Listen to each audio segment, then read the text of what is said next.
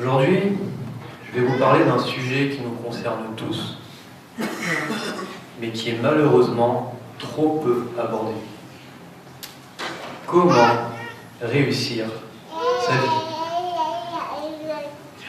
Avant de rentrer dans le vif du sujet, je voudrais d'abord vous dire à tous que ça peut sembler bizarre que ce soit un jeune comme moi qui soit là et qui ait l'intention de vous faire un module sur comment réussir votre vie. Mais je considère qu'une grosse partie d'entre vous avait accumulé pas mal d'expériences de vie et des statuts sociaux très respectables.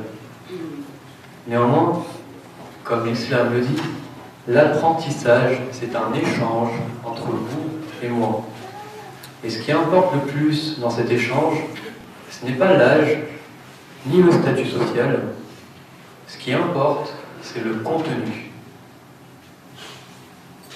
Donc je vais vous demander ce soir de vraiment vous concentrer sur le contenu de ce majlis. Comment réussir sa vie? Quand je parle de réussir sa vie, d'avoir du succès, à quoi est-ce que vous pensez? Quelles sont les idées qui vous viennent en tête là maintenant? Je suis sûr que certains d'entre vous ont directement pensé à gagner plus d'argent, avoir cette promotion à mon travail, devenir riche, être heureux, avoir de la reconnaissance. Peut-être même que parmi les plus spirituels d'entre vous, vous avez pensé à obtenir le paradis. On ne va pas se le cacher, on a souvent tendance à penser à l'argent en premier, surtout quand on parle de succès. Mais l'argent n'est au final qu'une conséquence qui se matérialise suite au succès. De la même façon, accéder ou non au paradis est une conséquence suite à notre comportement sur Terre. Donc au final, qu'est-ce qui provoque ce succès? On en revient à la question initiale, comment réussir sa vie? Mes chers frères, mes chères sœurs, laissez-moi vous dévoiler les 5 principes qui vont vous permettre d'ouvrir la porte du succès. Principe numéro 1, rêver. Sans rêve, il n'y a pas de but. Et sans objectif, il n'y a pas de rêve qui puisse se réaliser. Quelqu'un qui n'a pas de rêve, c'est quelqu'un qui est mort. Mort de l'intérieur. Et on en voit souvent, malheureusement. Très souvent. Ils se réveillent le matin parce qu'ils doivent le faire. Ils partent au boulot parce qu'ils n'ont pas le choix. Ils attendent leur salaire à la fin du mois parce qu'ils doivent payer leur facture. C'est vraiment triste comme vie. Par exemple, se lever pour le Namaz Fajr le matin, c'est bien, c'est juste génial. En ce moment, c'est facile en plus, vu l'heure du namaz en hiver. Mais j'ai une question. Combien d'entre nous se lèvent le matin pour le namaz parce qu'ils doivent le faire? Parce que c'est une obligation dans l'islam. Combien d'entre nous? Moi y compris. Alors qu'avoir un rêve va vous permettre d'avoir un but dans la vie. D'avoir une raison de se lever le matin. Plutôt que de se réveiller comme des robots, on se réveillerait avec un objectif à accomplir. Laissez-moi vous expliquer. Notre corps, c'est comme une voiture. On a un moteur, le cœur. On a tous les outils pour avancer, les jambes, nos muscles. On a tout ce qu'il faut pour réaliser ce que l'on souhaite, notre cerveau, nos mains. Et l'essence, le gasoil, pour faire avancer le tout, ça va être nos rêves. Alors si on n'en a pas, comment est-ce que vous voulez aller plus loin dans votre vie? Principe numéro 2. Ne le faites pas pour l'argent, ni pour la reconnaissance. Peu importe votre objectif. Par exemple, vous voulez bâtir une entreprise, ne le faites pas pour l'argent. Un autre exemple. Vous voulez vous impliquer dans la communauté Koja, ne le faites pas pour la reconnaissance. Un autre exemple encore. Vous voulez atteindre le paradis, Ne le faites pas pour le paradis, mais faites-le parce que vous aimez le faire. Et ça, c'est très important. Parce que si vous n'aimez pas votre entreprise, vous allez abandonner lorsque vous allez voir que les profits ne viennent pas tout de suite. Si vous n'aimez pas vous impliquer dans la communauté, vous allez abandonner lorsque vous allez voir que vous n'avez pas la reconnaissance que vous voulez.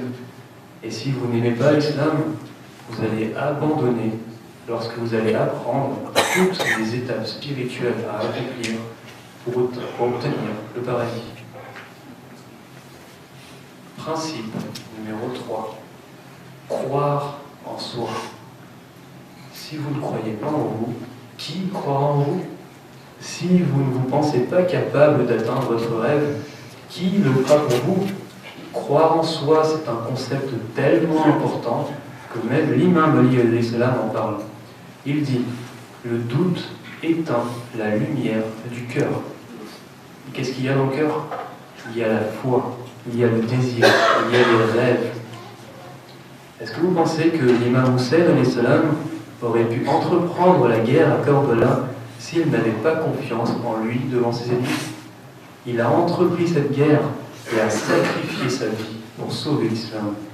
C'est cet état d'esprit qu'il faut adopter dans chacune des choses qu'on entreprend. Soit vous réalisez vos rêves, soit vous ne les réalisez pas. Mais si vous décidez de les réaliser, ne laissez pas de place au doute et allez jusqu'au bout de votre objectif. Principe numéro 4.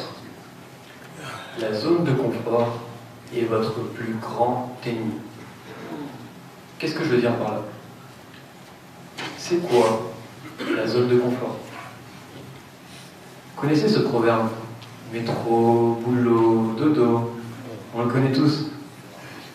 Ce que je veux dire, c'est que si vous restez dans ce cercle, c'est un danger. Sortez de là, créez votre propre chemin, expérimentez de nouvelles choses. Je vais prendre un exemple pour vous expliquer. Et pour cet exemple, je vais vous parler de moi.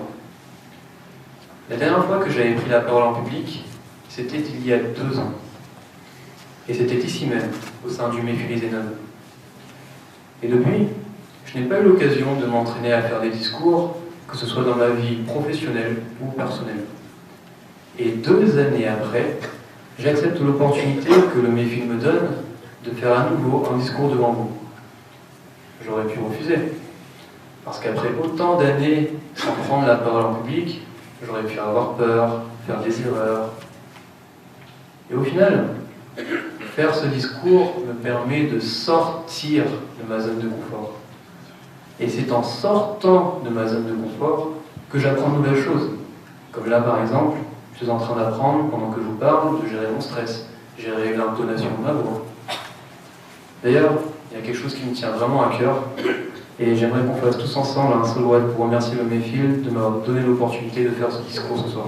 Allahumma salli ala Muhammad wa ali Muhammad.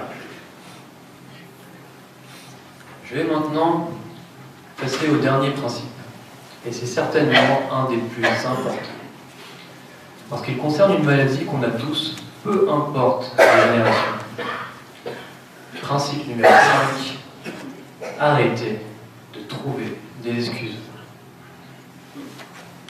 Tout est possible à celui qui rêve, travaille et n'abandonne jamais.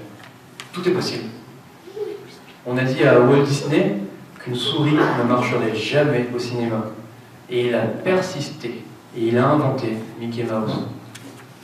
J.K. Rowling était au RMI en tant que mère divorcée en difficulté. Elle a persisté. Elle a écrit un roman à succès qu'on connaît tous, Harry Potter.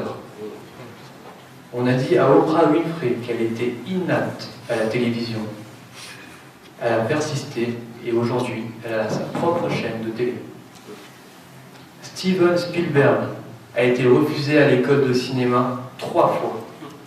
Et aujourd'hui, c'est lui qui produit les plus grands films d'Hollywood. Thomas Edison a été expulsé de son école après 3 mois parce que son professeur a dit qu'il était idiot. Et il a inventé l'ampoule électrique. Michael Jordan s'était fait virer de son équipe de basket au lycée. Il a persévéré et il est devenu un des joueurs de basket les plus renommés.